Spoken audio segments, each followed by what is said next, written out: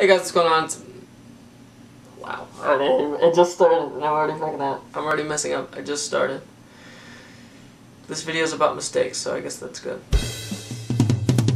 Hey guys, what's going on? It's Evan, and today I wanted to talk about mistakes. Mistakes have been one of the things I wanted to talk about for a long time in terms of, these discussions and stuff like that, because I make a lot of them, especially when it comes to the film projects that I put together. Now, I like to think of myself as a perfectionist, and the reason is because I would like to sit down and watch a video that I make and not have to worry about any little detail being out of place. And it's tough because as I kind of evolved with filmmaking, obviously I wasn't too great at filmmaking in 2010 and in 2011, but as I started to get a little bit better and better with cinematography and stuff like that, I kind of upped the way that I was editing and stuff like that. And the funny thing about pretty much all of my skits since the end of 2012 is that there's at least one small thing that I always hit myself for, like a very small detail in each one of the videos that I always just find so unbelievably difficult to look at. And it all started as far back as the short film I made at the end of 2012, Chance, which was one of the first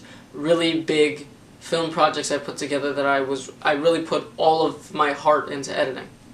Now, before I start talking about that and my other films, I just want to say that I edit with Adobe After Effects and Windows Movie Maker. I know. I usually just use Movie Maker for smaller projects, things that just involve, simple cuts, like these vlogs and stuff like that. But the skits I usually just completely edit on After Effects, which I know is not preferred. After Effects is really just supposed to be for the visual editing, and I would have to use something like Premiere to edit that. And I do know how to use Premiere, it's just no room. But yeah, back to mistakes. When it comes to Chance, my very first big film project there were a lot of things wrong with it. There were some audio issues towards the end where you can't hear what's being said because the music is over the sound of my voice and my voice is too low. There's certain parts where clips overlap each other and you can see for half a second the previous clip in the next clip. There's shots that last for too long that I did not intentionally mean for them to go on as long as they did. One of the reasons why I never really went back and edited that short and other shorts that I messed up in is just because the exporting process in After Effects used to take just so long to finish. And once it was finished and I would go back and watch and see that there were mistakes, I would just sit there and go, you know what? It's not going to be worth the 6-hour process to just sit around and let it go through that entire thing again, so I would just put it up the way that it was. Granted, now I know how to fix some of those issues without having to go back into After Effects and export for another 6 hours, at least with audio and certain video clips and stuff like that. But ever since Chance, I seem to have a steady reputation of having at least one issue in every single one of my skits, or at least most of them. In Playtime, which, while it was a pretty laid-back skit, there was supposed to be a punchline at the end of it, and the punchline was supposed to be that when my mom came in and said, "Hey, did you have fun at the park?" I was supposed to look up and be like, "It was okay." That was the entire joke, because, I had this exciting, fun time that was ridiculously fun, and then, didn't seem to care at the end. But for some reason, in the editing, it seemed to have cut out the part where I say, "It was okay," and it just cuts straight to the credits. So, it's just me looking up, and then the credits start.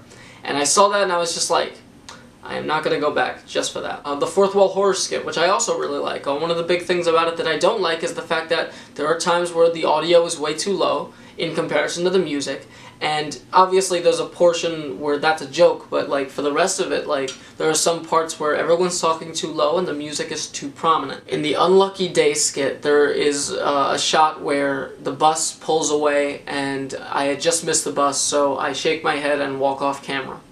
Towards the end of that shot, you can actually hear a soundbite of my grandfather, who was there with me while I was filming that shot, saying the word "no," because he thought that me acting like I was upset was because I didn't get the shot that I wanted, or something like that. And I didn't realize that this was still in there until the video was exported. So there is an audio clip of my grandfather saying "no" in the background. In the Low Battery skit, during the Halo parts, the parts where I'm playing Halo and you can hear the gun sounds and it just sounds terrible, because I just faded out the sounds of the gun rather than having them stop at a certain point, so that sounded really fake and forced and stupid. In that cinematic preview for my Slenderman series, the video record by Stan Frederick, which I still find to be one of my favorite cinematic creations. I love that video.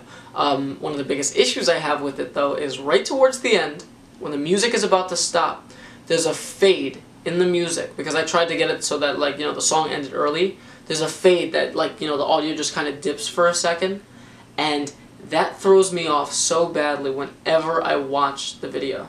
And I hate it. Looping in Time, The Watch. Also one of my favorite things of 2013. I love that video. There is an issue with it, and that issue, actually there's two issues, and there's a part where I'm writing the note.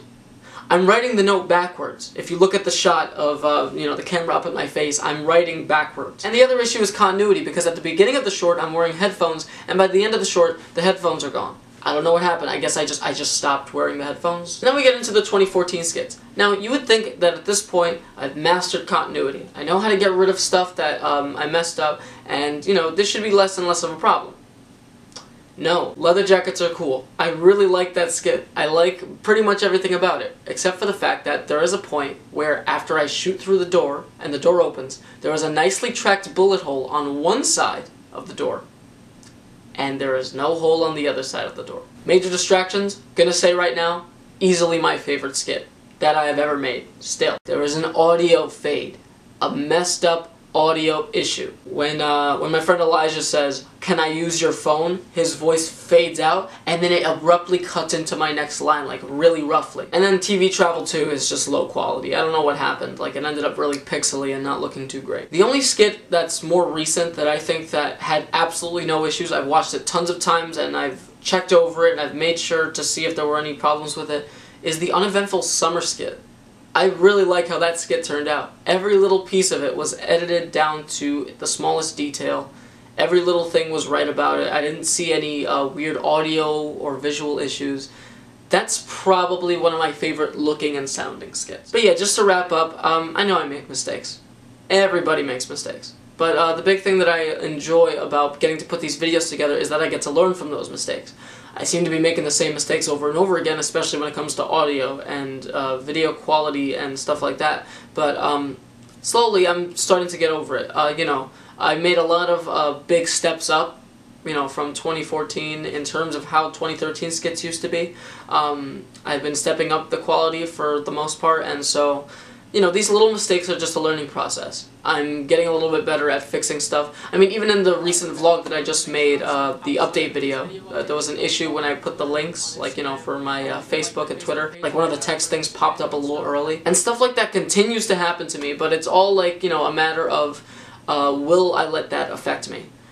The answer is no. I see it as a positive thing, you know, something that I can learn from and something that I can grow from, and making mistakes is a good thing. If you don't make mistakes, then you're never going to think that you have fault in anything. You're going to think that you always know what's best, and you're always going to think that you know how to do things. So make mistakes, especially when you make things. Make videos, make, you know, drawings, art, stuff like that. Whenever you make something, make mistakes. You learn from it. On that note, I think that should do it for this discussion video. I hope you guys enjoyed this. If you want to see more videos in terms of reviews, discussions, updates, stuff like that, just be sure to like this video, subscribe. Thank you guys for watching, and I'll see you guys soon.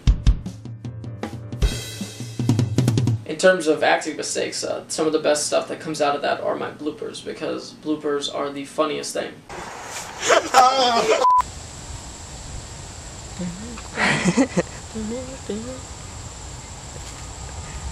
Bloopers. Seriously, it's so great making stuff.